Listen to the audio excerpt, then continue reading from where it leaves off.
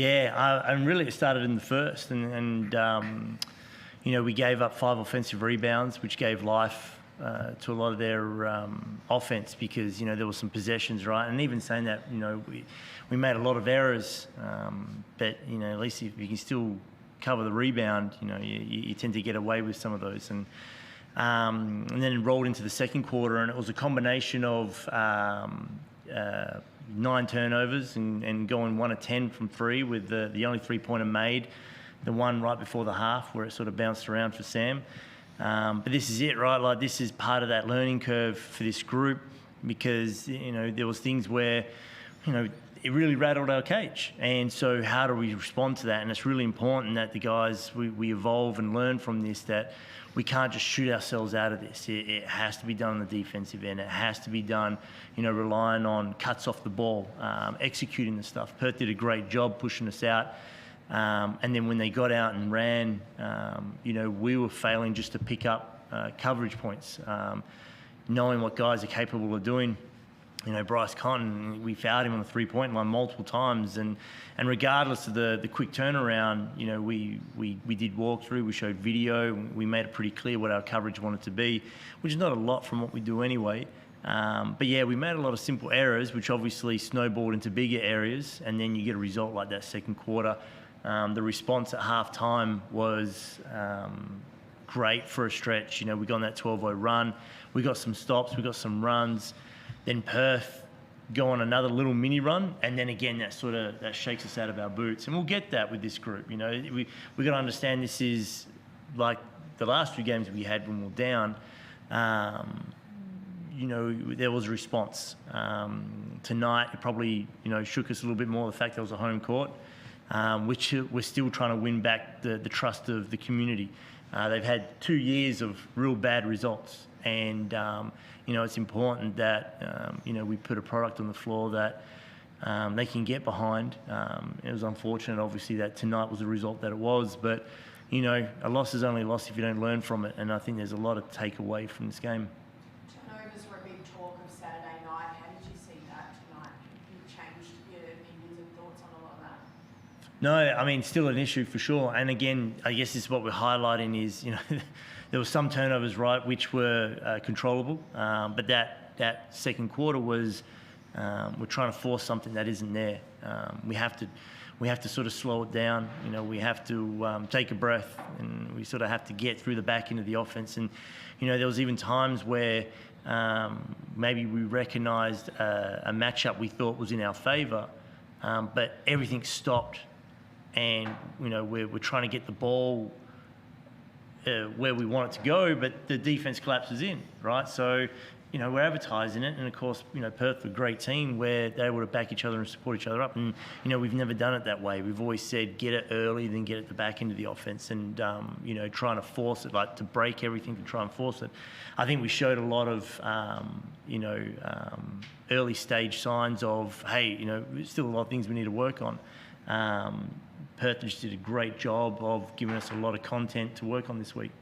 Were you almost expecting a bit of a tough lesson to come out of an early game? You've had 2 great solid starts for the young squad. Were you almost expecting a tough lesson to come? Yeah, and again, it's disappointing we did it at home. There was this is our 3rd game in 8 days with the travel schedule, and I'm not using that as an excuse. I want to highlight probably the importance of our high performance team. Our partnership with CQ University allows us to have a great sports science department where headed by Josh Guy, and we've got Ro and Steph who do a great job tackling player management and recovery, from multiple angles, including Tom and Tim and our entire medical staff. And so rolling into this game, the bodies were fine. We were no different than how Perth were coming off a game 2 nights ago. We were no different than, rolling into Melbourne.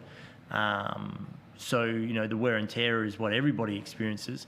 But now I think it became a bit of a mental game, right? And it was, the body language dropped, not from a negative standpoint necessarily, but just from a disappointing. Like, guys have got to be able to, hey, weather the storm. The game is going to swing in momentums, and just relax, take a breath. It's okay.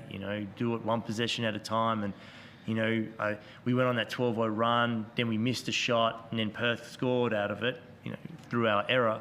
And then that was it. It was almost like it reset us back to being, in that second quarter when I felt like we should have held on a little bit more before making the same mistakes we made in that second.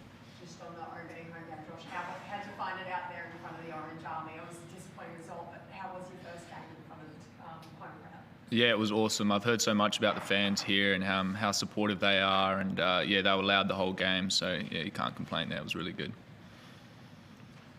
Yeah, it was actually quite some sound and disciplined attack early in that third quarter, and the deficit was reduced to about 14 points there at one stage.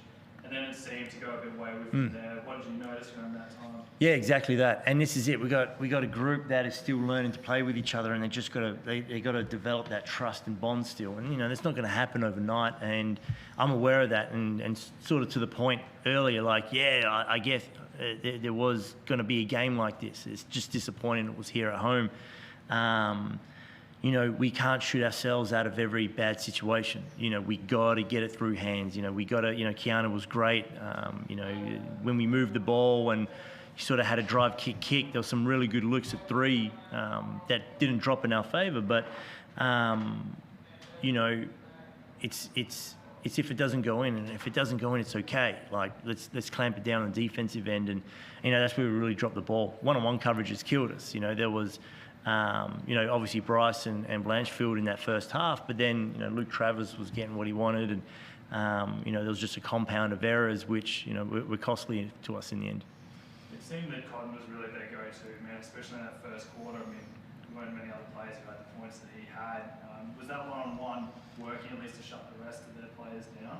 And it was, not trying to give too much away, but there are some really good examples where we did it. And then there's examples where we didn't do it and we paid. You get left on an island with Bryce. He has go-to moves. He's been around long enough.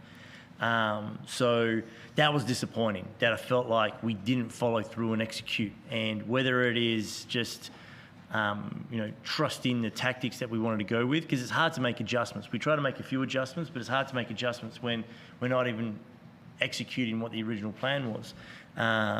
We made a few adjustments which worked, and we tried to go back to it. Again, there's a lot of learning lessons from this, and whether you lose by 30 as we did, or you lose by one, loss is a loss, and we got to make sure that we learn from this. We got to grow from this, and we got to keep building on, knowing we got a tough challenge against the defending champs next weekend. What are some of the positives that you'll take from the game that you will build on going ahead? That this group will learn from it. This is the errors we made, especially in that second quarter, but throughout the game there was a lot of self-inflicted errors. We'll learn from that, and that's probably the most positive thing about this is, we didn't get hurt because of particular lineups necessarily. We got hurt because we just had lapses in concentration. It was a mental game, and we lost that one. So, build from this, learn from this, and even if we improve slightly, then we're still trending in the direction we want to go in. We're realistic of where we are right now after round two. We're realistic of where we are after 3 games, knowing we still got this tough road schedule coming up. It's important that we don't take this loss and think that is going to be the barometer of where we're at. We have to take the positives. We have to learn from this. Of course, we have to take the loss for what it is. It was a whooping. And, again, it's only a loss if you don't learn anything from it. So, there'll be a big week this week for the guys.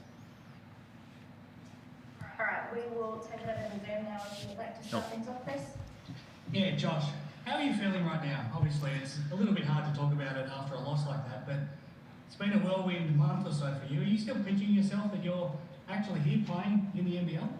Yeah, it's a dream come true. It's a bit hard to talk about after a loss like that, but like Forde said, we're just going to keep learning and growing, and I'm excited for that process. I've watched you closely develop at Lakeside, and everyone coming through there always talked about how you're sort of the heir apparent to Jared Prue as that rebounding machine. You've worked so hard to get this opportunity. Can you just talk a little bit about what it means to you to have been given this chance by Forde? Yeah, it means everything. I'm so grateful. I wake up every day with just so much gratitude for the opportunities that I have in my life, and I just feel so blessed to be able to do it with this group as well. Just got such a good group of guys. Fordy's an amazing coach. You know, I know he's sitting right next to me, but I'd say that to anyone. And yeah, to be doing or trying my first NBL stint here at Cairns is just a dream come true. So I love it. Thank you. Yeah. Hello, it's Andrew Kenyon from the NBL Pocket Podcast. Adam, tonight you ended up winning the points in the bank count 44-34, and then you only got to the line 7 times. I'm just wondering, should attack on the rim become more the focus when that shot isn't dropping? 100%. And this is sort of, yeah, like I agree, this is the point of emphasis we sort of get back to. The philosophy hasn't really changed much from last year. The personnel has. And even with our disappointing results of last year, you know, we were number 1 in the league for our proportion of attempts being at the rim, because the direct correlation to that obviously is, you know, your free throws. And yeah, we're 5 or 7. You know, we didn't get to the foul line, and so, you know, while we're getting some points in the paint and the shot wasn't dropping, we weren't getting to the foul line. And yeah, you know, we're trying to bail ourselves out by some low percentage attempts from the perimeter. You know, there were some good ones that missed, but there was a lot that I think were a sort of a hope goes in type shot. But, you know, we're a young, new group in a sense of, you know, time on court together. So, again, we want to learn from this and build and momentum moving forward. Thanks. And Josh, just wondering, I'm over here in WA, having watched NBL one the past season. Have you got anything you'd say to all those other guys trying to make the big time? Any takeaway points you'd say? Just yeah, it sounds pretty cliche, but just keep working, keep grinding, and to stay true to the process, fall in love with the process, and do everything you can to get better. All the 1%ers, they all add up in the end. So yeah. Thanks, mate. Appreciate it. Thank you.